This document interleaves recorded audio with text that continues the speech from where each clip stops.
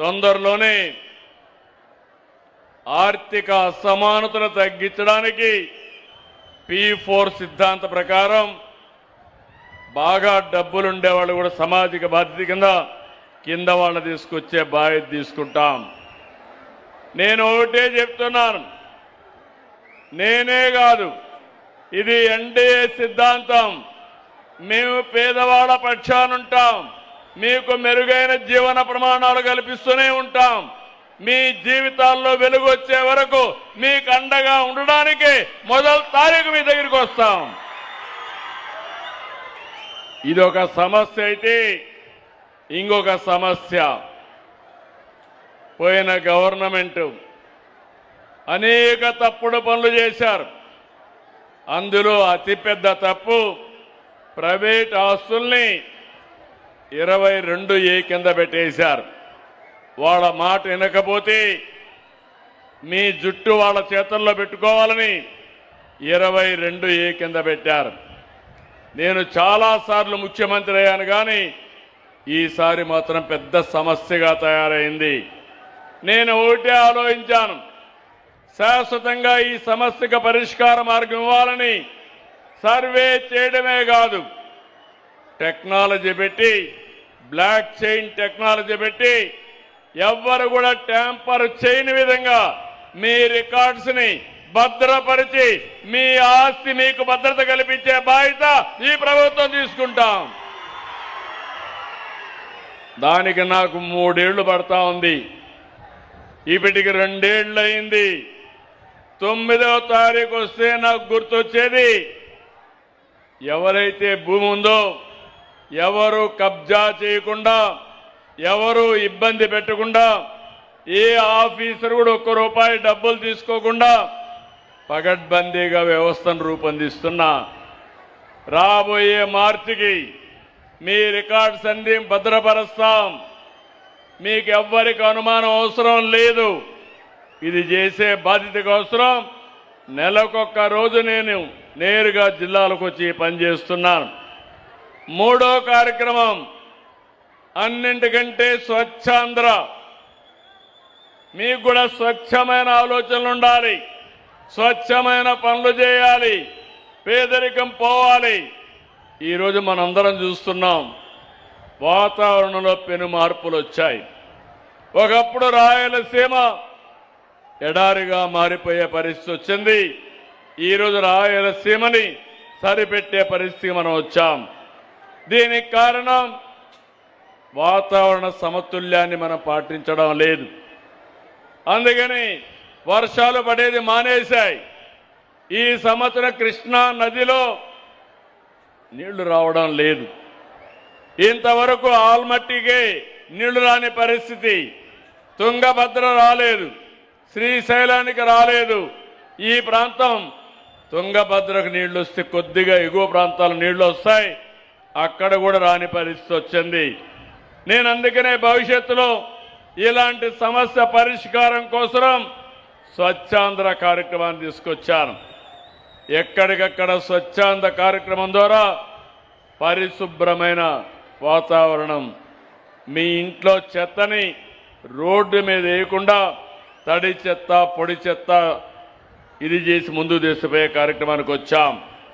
దీనివల్ల మీరందరూ గుర్తుపెట్టుకోవాలి, ప్రపంచమంతా సఫర్ అవుతున్నారు, మనకు కూడా ఒక బాధ్యతగా ఇది చేయాల్సిన అవసరం ఉంది.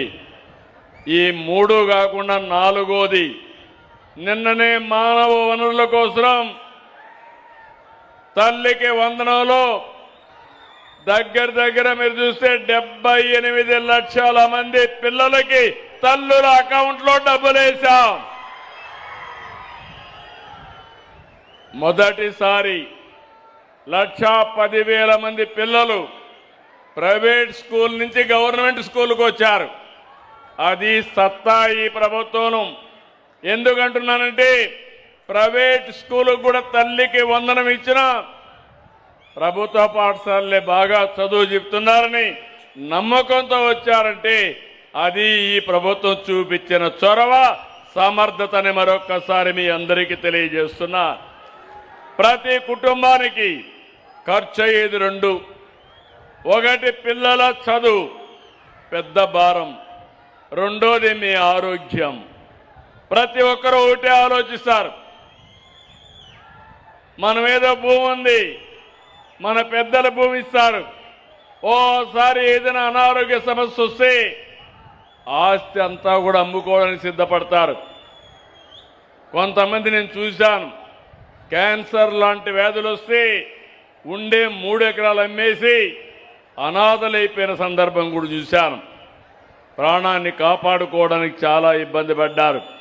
అందుకే నేను మా మంత్రి గారు ఆలోచించాం, తొందరలోనే సంజీవిని ప్రాజెక్టు ప్రారంభిస్తాం. ఈ రోజు ఆలూరులో ప్రారంభించాం.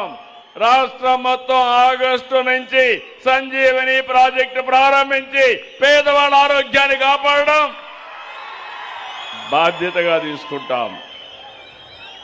మీ అందరినీ కోరుతున్నా, మీ ఆరోగ్యం మీ చేతుల్లో ఉంది. అది ఏ విధంగా కూడా చెప్తాను.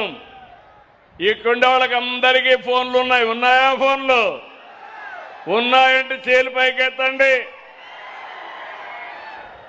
ఒకప్పుడు నేను ఫోన్ పెడితే నేను ఫోన్ అంటే అందరూ ఎగతాళి చేశారు.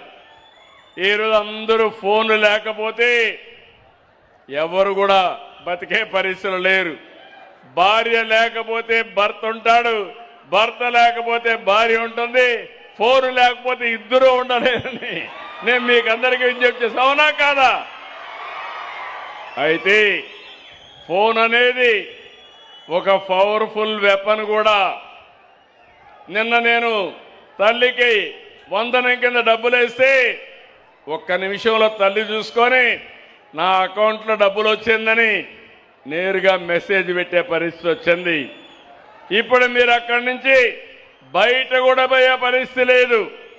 ఎవరికైనా అప్పు కట్టాలంటే ఫోన్లోనే ట్రాన్స్ఫర్ చేసే పరిస్థితి వచ్చారు. ఇవన్నీ కూడా మనం చూస్తే రాబోయే రోజుల్లో చాలా పెను మార్పులు వస్తాయి టెక్నాలజీ వల్ల. నేను ఒకటి ఆలోచిస్తున్నాను ఈరోజు మీ అందరికీ. సంజీవిని ప్రాజెక్ట్ని ఆలూరులో ప్రారంభించాం. ఈరోజే మీ హాస్పిటల్కి పోతున్నా. ఇది నాకు శాశ్వతంగా గుర్తుంటుంది. ఆలూరు ప్రజలకి అందరికంటే మెరుగైన ఆరోగ్యం ఇచ్చే బాధ్యత మేము తీసుకుంటాం. నా ఆలోచన ఆరోగ్యవంతమైన కుటుంబం, ఆరోగ్యవంతమైన గ్రామం, అదే మరిగా ఆరోగ్య ఆంధ్రప్రదేశ్ లక్ష్యంగా పనిచేస్తాం. మనం గుర్తుపెట్టుకోవాలి, ఒక ప్రాంతం ఎంత అభివృద్ధి చెందిందో ప్రజలు ఎంత బాగుంటే దాన్ని బట్టి ఆధారపడుతుంది.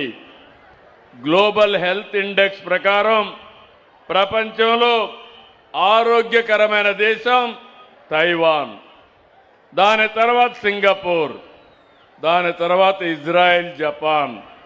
ఇలాంటి దేశాలు అక్కడ చాలా మార్పులు తీసుకొచ్చారు.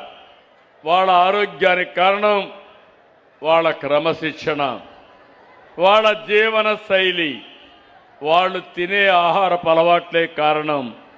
ఇక్కడ కూడా నేను ఆలోచించేది, ఎప్పటికప్పుడు ఏ ప్రాంతంలో ఎలాంటి ఆరోగ్య సమస్యలు ఉన్నాయి, దానికి కారణాలేంటి, ఎలాంటి ఆరోగ్య సమస్యలు రాకపోతే ఏం చేయాలనో ప్రిడిక్టివ్ అనలిటిక్స్ తీసుకొస్తాం. అదే సమయంలో ఇంకో పక్కన ప్రివెంటివ్ కింద ముందుకు పోతాం.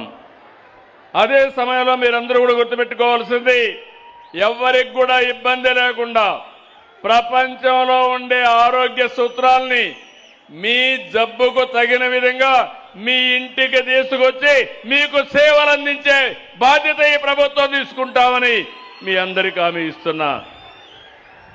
ఇప్పుడు మీ అందరి దగ్గర ఫోన్లు ఉన్నాయి. తొందరలో నేను ఆలోచించేది, మీ ఆరోగ్యం కంప్యూటర్లో ఉంటుంది, గోప్యంగా ఉంటుంది. మీ డేటా వేరే వాళ్ళకు తెలియదు. గవర్నమెంట్కి ఒక ఐడియా ఉంటుంది, డాక్టర్కి ఐడియా ఉంటుంది. మీరు ఈ హాస్పిటల్ నుంచి ఏ హాస్పిటల్కి పోయినా మీ ఆధార్ నెంబర్ ఇస్తానే మీ హిస్టరీ అంతా కూడా మొత్తం మెడికల్ రికార్డ్స్ అన్నీ వచ్చేస్తాయి. దానిపైన ఏమేం మందులు తీసుకున్నారు, ఏమేం మందులు పడవు, ఇవన్నీ కూడా ఒక ఐడియా వస్తుంది. మీ ఊరు దగ్గర నుంచి ప్రాథమిక ఆరోగ్య కేంద్రం నుంచి రాష్ట్రంలో ఉండే అన్ని హాస్పిటల్ నెట్వర్క్ వస్తాయి. అదే సమయంలో మీ ఊర్లో ఉండే ఏఎన్ఎం దగ్గర నుంచి కన్సల్టెంట్ కింద సూపర్ స్పెషాలిటీ డాక్టర్లు కూడా ఆన్లైన్లో ఉంటారు. మీరు ఎవరు ఏ డాక్టర్ కావాలంటే ఆ డాక్టర్ని మీరు సంప్రదించే విధంగా ఆన్లైన్ పెడతాం, ఆఫ్లైన్ పెడతాం. మీకు నచ్చిన విధానం మీరు ఎంపిక చేసుకోవచ్చని కూడా మీ అందరికీ తెలియజేస్తున్నా.